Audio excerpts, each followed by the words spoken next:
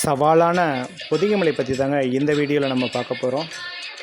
முதல்ல நம்ம அழைச்சிட்டு போன கேலக்ஸி ட்ரிப் மேக்கருக்கு நன்றியை கூறிட்டு அன்பு அண்ட் வினோத்துக்கு பாராட்டுக்களை தெரிவிச்சுட்டு அப்படியே ஒரு குழு புகைப்படம் எடுத்துகிட்டு நம்ம பாதுகாப்பாக செல்கிற கைடுக்கும் ஒரு நன்றியை சொல்லிவிட்டு பயணத்தை இனிதே ஆரம்பிக்க தான் வந்தாங்க. வனத்துறை அனுமதி பெற்று அப்படியே பயணம் மெல்ல தொடங்கியது. எல்லாமே கைடுக்கு தான் தெரியும். அதனால கைடு சொல்றது தான் மெயினாக கேட்கணும். 12 மணி நேரம் தான் டைம் இருக்கு. எல்லாரும் ஒரே நேரத்தில் தான் விடுறது. அதனால எல்லாரும் ஒரே நேரத்துக்கு கேட்டு வரணும். நம்ம அது வந்து சாலை ஓட்டத்து ஒன்று கிடையாது. 12 மணிக்கு வர மேலே விட மாட்டாங்க. அதில் உள்ளது கீழே ஆகும். இங்கிருந்து தாழ்ந்து போகுது. இங்கிருந்து தாழ்ந்து போகும்போது 1 மணிக்கு முன்னே போய்தான் நம்ம தாழ்ந்து விடக்கூடிய ஆவரி டைம் இங்கிருந்து பறந்து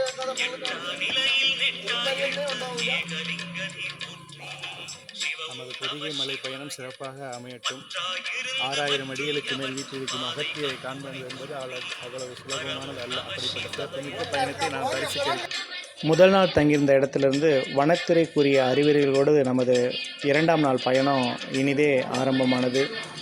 பல கடுமையான ஏற்றங்கள், பல சவாலான பாதைகளை கடந்து நமது பயணம் மெல்ல மெல்ல வனத்துறையின் ஒத்துழைப்போடு சென்று கொண்டிருந்தது.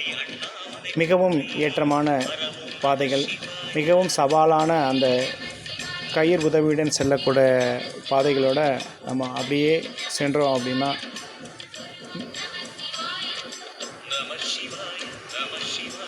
திகிலூட்டக்கூடிய இந்த பயணம் அப்படியே அகத்தியரை பார்த்தோன்னே எல்லாமே மறைஞ்சிருந்தான் சொல்லலாம்.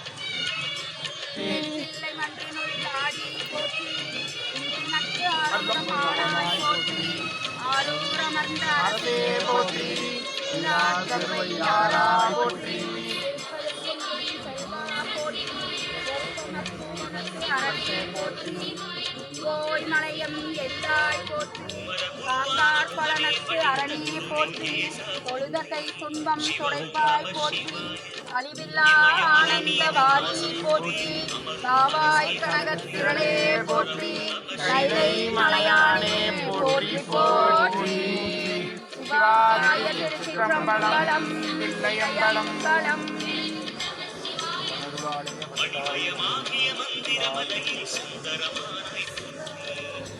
கையில் எடுத்துகிட்டு போன அபிஷேக பொருளை அப்படியே கடவுளுக்கு முன் வைத்து படைத்து விட்டு அப்படியே சாமி கும்பிட்டு விட்டு அதை அங்கே இருந்த பக்தர்களுக்கு நாம் அப்படியே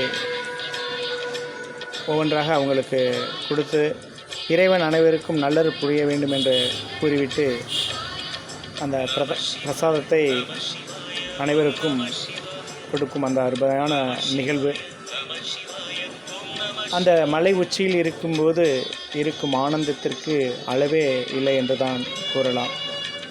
இந்த சிறப்புமிக்க பயணத்தை பற்றி அங்கு வரும் அந்த பக்தர்களின் கூறும் கருத்துக்களையும் நாம் கேட்க இருக்கின்றோம்.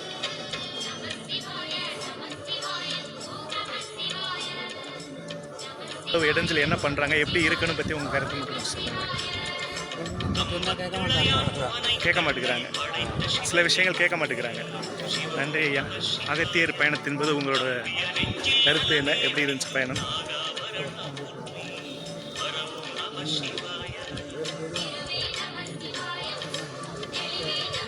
அடுத்தடுத்து வர்ற பக்தர்கள் எப்படி வந்தால் அவங்களோட தரிசனத்துக்கு உங்களோட எப்படி மலையேற்றத்தில் உள்ள இடைஞ்சல்கள் எப்படி இருக்குது அதை பற்றி உங்களுக்கு சரிங்க.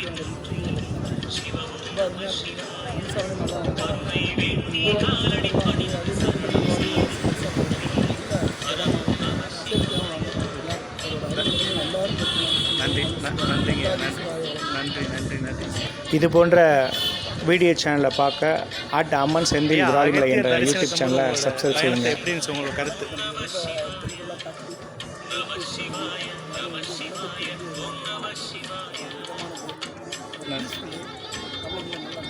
உங்களுக்கு தரிசனம் எப்படி இருந்தது? எல்லாம் சிவமயம், எல்லாம் அவன் நடத்தும் பாதை. ஒரே வார்த்தையில் முடிச்சிடுறீங்களே ஐயா. ஐயா உங்கள் கருத்தை சொல்லுங்கள்.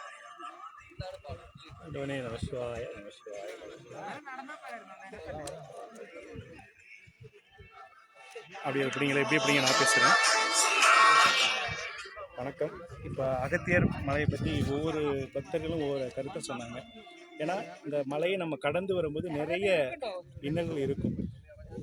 ஒன்றை பெறணும்னா ஒன்றை இழந்து தான் ஆகணும். கஷ்டப்பட்டால் கஷ்டப்படலாம். நம்ம இந்த மலை ஏறும்போது எல்லாமே பறந்து போயிருந்தா பாருங்க. இப்போ பாருங்களேன், அப்படியே பனி மேற்கூட்டங்களோட நம்ம இருக்கிற சந்தோஷம் அந்த அளவே இல்லைன்னா அப்படி தான் சொல்லலாம். அப்படியே கடினமான பல மலைகள்லாம் கடந்து வந்து இங்கே அவரை பார்த்தீங்கன்னா இருக்க ஆனந்தத்துக்கு அளவே இல்லை தான் சொன்னாங்க. அவரை பார்த்தோன்னே அவ்வளோ கஷ்டமும் மறந்து போயிருந்தா சொன்னாங்க.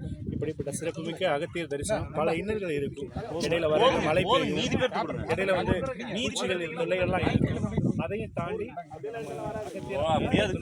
பாதுகாப்பாக சிறப்பாக வரணும். அதே போல் இந்த வனத்தில் வந்து பிளாஸ்டிக் முற்றிலுமாக தடை செய்யப்பட்டுள்ளது.